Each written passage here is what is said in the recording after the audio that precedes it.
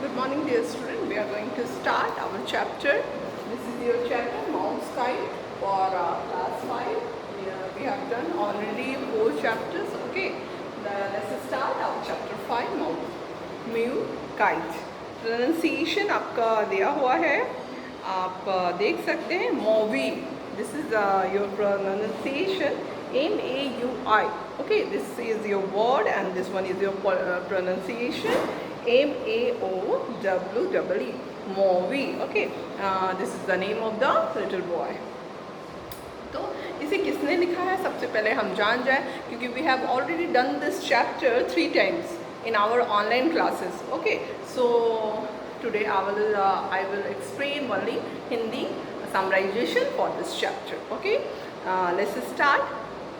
Firstly, we know that about our writer of this story, Thomas Antonio, Tommy या D पैलो. Okay, तो ये है टॉमी डा पॉला. This one. Okay, this one is your pronunciation, Tommy D पॉला. This one. Okay, he was a writer, he was a American writer. बहुत अच्छे writer हैं, ये अमेरिकन राइटर हैं और इनको चिल्ड्रन लिटरेचर में अवार्ड भी इनको दिया गया है, life time contribution to American children literature in 2011 में. ओके, किसको? ये टॉमी एंटोनियो, सॉरी टॉमी नहीं, थॉमस एंटोनियो को, जिन्होंने ये स्टोरी लिखा. काफ़ी शॉर्ट स्टोरी और काफ़ी इंटरेस्टिंग स्टोरी है, मोई काइट. तो ये इसमें एक काइट की स्टोरी है, कैसे मॉवी काइट को बिल्डअप करता है, कैसे बनाता है और कैसे उसकी काइट के अराउंड ही उसकी जर्नी है जाती है. तो इसमें मॉवी जो है वो बताता है. तो ये बहुत दिन पहले की बात है. इसमें बताया गया है मॉवी जो है एक दिन, once morning Maui decided he had to build a kite. वो मॉवी जो है एक काइट बनाने का डिसाइड करता है और वो वहाँ पे एक विंड टैमर भी रहती है जो कि एक ओल्ड वॉइस वुमेन है, जो कि काफ़ी वॉइस है. और वो क्या करती है, इसमें ये जो है ग्राउंड जो है गाउट, इसमें ये सारे विंड्स को ये क्या करती है, स्टोर करके रखती हैं. ये जो वुमेन है वो एक गुफे में रहती हैं और वो इसको इसमें स्टोर करके रखती हैं. विंड का नाम है, स्ट्रॉन्ग विंड है, इप्पू इक्की है और इप्पू नुई है. जेंटल विंड को इप्पू इक्की बोलेंगे और स्ट्रॉन्ग विंड को क्या बोलेंगे, इप्पू नुई. ठीक है, तो इसमें ये बताया गया है, इस स्टोरी को बताता है कि माऊ एक काइट को बनाता है. कैसे बनाता है, वो एक उसकी माँ से वो एक स्ट्रॉन्ग क्लॉथ लेता है और उसके बाद एक लेता है क्रॉस पीस ऑफ क्लॉथ लेता है. उसके बाद उसमें स्ट्रॉन्ग क्लॉथ, उसके बाद स्टिक्स लेता है, बैम्बो स्टिक्स को लेता है और ओलेनो सर्फ्स होता है. ओलेनो एक सर्फ्स होता है जिससे वो पतंग की डोर को बनाता है. ओलेनो सर्फ से स्ट्रॉन्ग रोप वो तैयार करता है. कौन? मॉवी. और मॉवी जो है काइट को बहुत सुंदर वॉक ऑफ आर्ट से वो रहता है उसका काइट, मतलब कि वो डेकोरेटेड इतना अच्छा रहता है कि उसको वॉक ऑफ आर्ट बोला जाता है.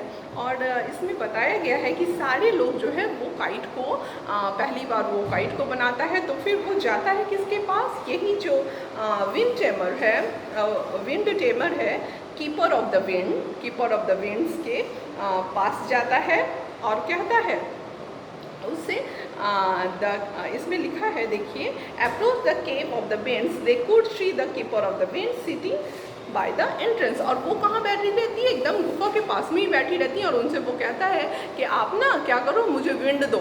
इट मीन्स कि आप मुझे जेंटल विंड दो. मैंने तो काइट बना लिया, मैंने तो काइट बिल्ड कर लिया, तो अब मुझे क्या करना है, इस काइट को फ्लाई कराना है. तो फ्लाई कराना है, वो अपने एक दोस्त के साथ जाता है. तो कहता है काइट अब फ्लाई होगा तो उसके लिए तो एक जेंटल विंड चाहिए ना, हवा तो चाहिए, तो आप मुझे वो दो. और वो क्या कहती है, वो जो गाउड रखे रहती है एक कद्दू की तरह का, और वो उसको धीरे से खोलती हैं और जो कीपर ऑफ द विंड रहता है रखती हैं वो, उसमें से वो जेंटल विंड इप्पू इक्की वो निकलती है और वो चारों तरफ हवा आ जाता है और सारे लोग बहुत ही इसको एंजॉय करता है। और फिर the keeper was wise old women, she knew that the gentle winds of Ipu Iki, और उन्हें पता है कि कौन सा जेंटल विंड है और कौन सा स्ट्रॉन्ग विंड है, कौन सा डिस्ट्रक्शन कर सकता है, कौन सा पूरे माहौल को ख़राब कर सकता है और कौन बहुत ही आनंद प्रेजेंट दे सकता है। ये किसको पता है? ये ओल्ड टाइमर को पता है, जिन्होंने हवा को रखा हुआ है।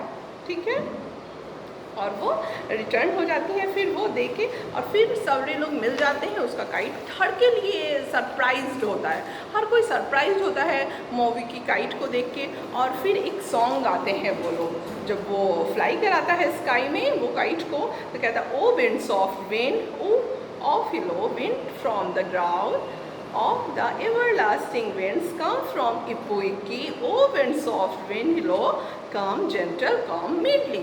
और ये सॉन्ग गा के उसको वो सब लोग बुलाते हैं और सब लोग खूब, गांव के सारे लोग क्या करते हैं, एंजॉय करते हैं। और फिर उसको देखते हैं, बहुत अच्छा लगता है। स्काई में वो क्या होता है, फ्लाई करने लगता है। फिर क्या होता है, मौवी तो बच्चा ही रहता है, उसका ना मन सेटिस्फाइड नहीं होता है इस जेंटल विंड से, इप्पू इक्की से।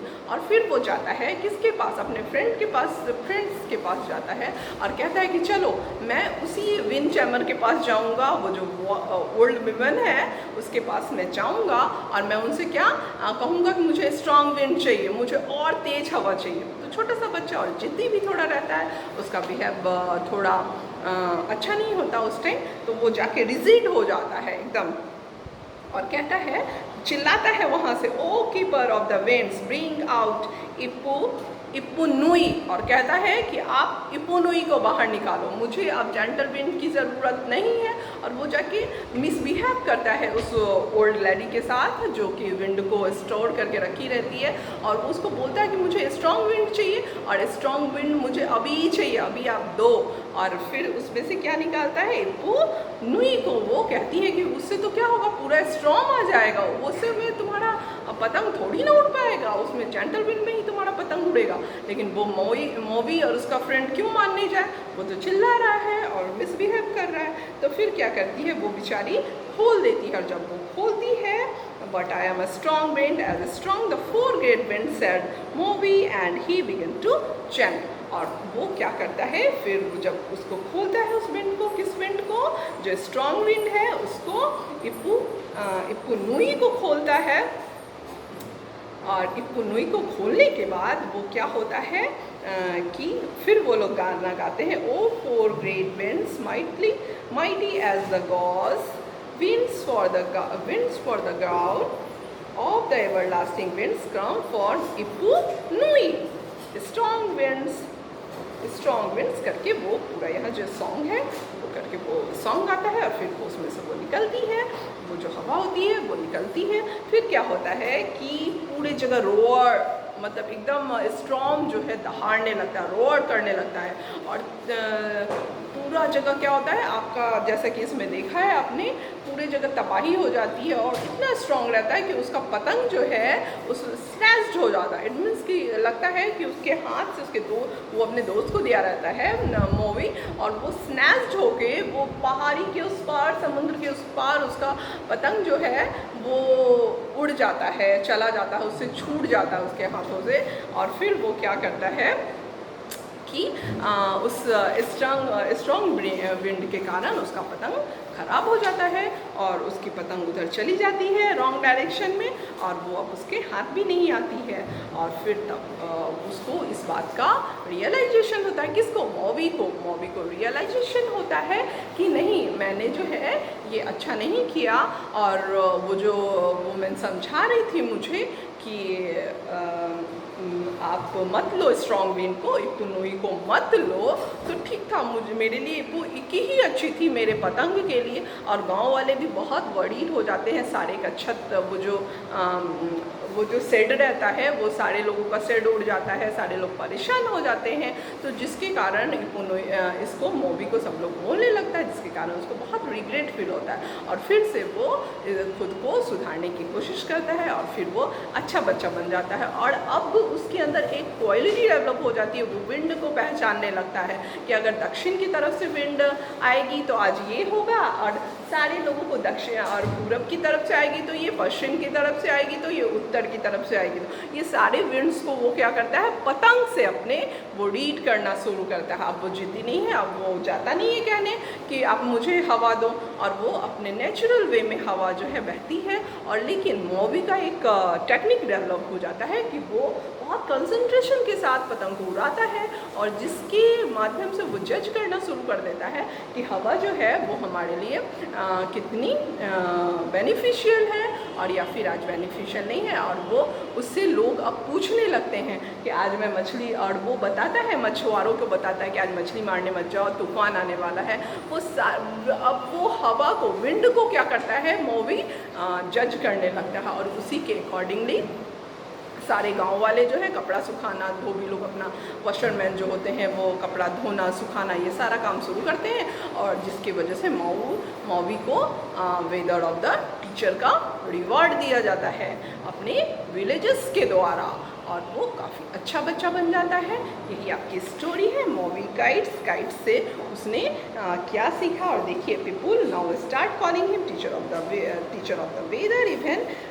Even the keeper of the winds no longer shunned him, and Mao had learned his lesson. Never again did he call for the winds. इप्पू Iki और इक्की, और उससे उसे एक लेसन भी मिलती है, उसे एक शिक्षा भी मिलती है इस कहानी से कि कभी भी किसी बात के लिए आपको जिद नहीं करनी चाहिए। जो एक नेचुरल वे में जो काम हो रहा है उसको होने देना चाहिए, और फिर वो कभी भी इप्पू नुई और इप्पू इक्की को नहीं बुलाता है, और फिर हर चीज़ अपने प्रोसेस में चलता है, और उससे जो उसकी टेक्निक डेवलप हुई जिसके कारण लोग उसमें विश्वास करना शुरू करते हैं। ये आपका चैप्टर 5 था फॉर क्लास 5 के लिए। आपका फर्स्ट टर्म का चैप्टर वाइंड अप हो गया। फिर हम लोग नेक्स्ट टर्म में नेक्स्ट चैप्टर से स्टार्ट करेंगे। Have a nice day, bye.